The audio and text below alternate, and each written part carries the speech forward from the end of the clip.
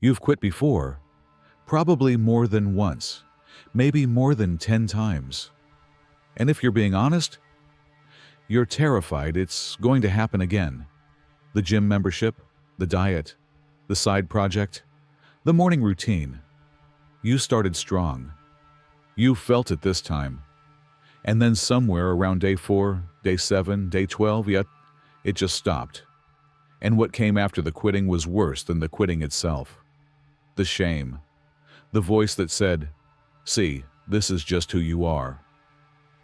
But here's the thing nobody tells you. You didn't quit because you're weak. You didn't quit because you lacked discipline. You quit because your brain had the wrong label on you the entire time. And today, we're going to talk about exactly what that means and how to change it permanently.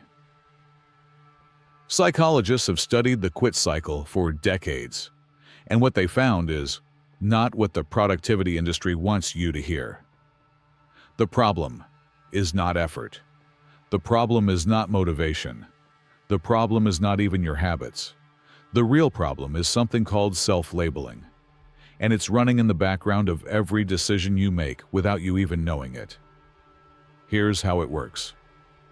Every time you try something and fail, your brain doesn't just record the failure.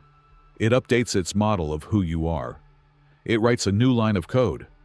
This person tries things and quits. And the next time you attempt something, that code runs first. Before your motivation, before your willpower, before your intentions.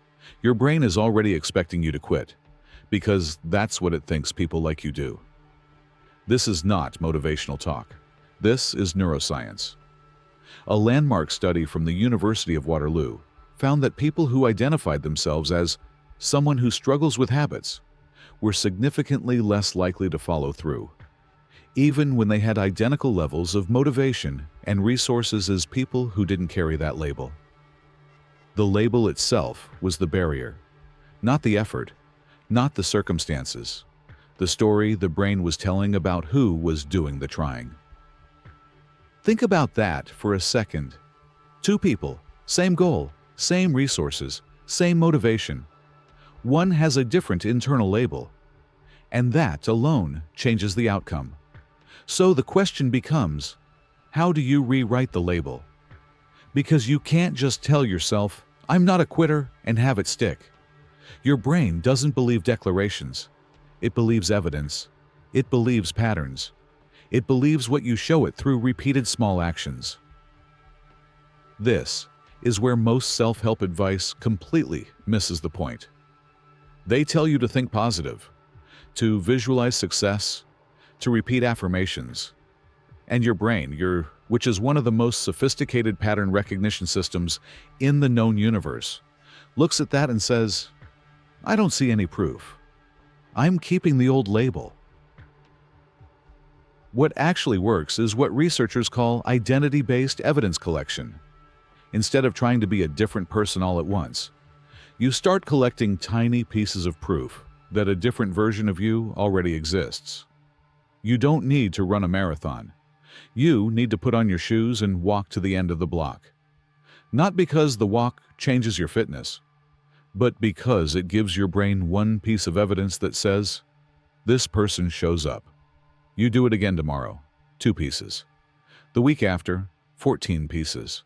And slowly, quietly, the label starts to change. Not because you declared it, because you proved it. Here's your concrete method for the next 7 days. It's called the Label Rewrite Journal, and it takes 3 minutes a day. Every night before you sleep, write 3 things. First, one moment today where you showed up, even slightly, even imperfectly. It counts. Second, the old label you're retiring. Write it down. Name it. I am someone who quits. Say it out loud. Then draw a line through it. Third, the new label you're collecting evidence for. I am someone who comes back. I am someone who figures it out. I am someone who keeps going even when it's hard. You're not lying to yourself. You're instructing your brain where to look for evidence. And your brain will find what you tell it to find. You are not a quitter. You are someone who has been operating with the wrong internal software. And software can be rewritten. It just takes evidence, not declarations. Small proof, not grand gestures. Consistency of tiny actions, not perfection of big ones. The next time you feel the pull to quit, and you will feel it, ask yourself this: what is the smallest possible action that gives my brain one more piece of evidence that I'm someone who doesn't? That's it. One piece, one day, one label, slowly rewritten. In the next video, we're going to go even deeper into why your brain literally treats your future successful self like a complete stranger, and what the neuroscience says about closing that gap. You don't want to miss it.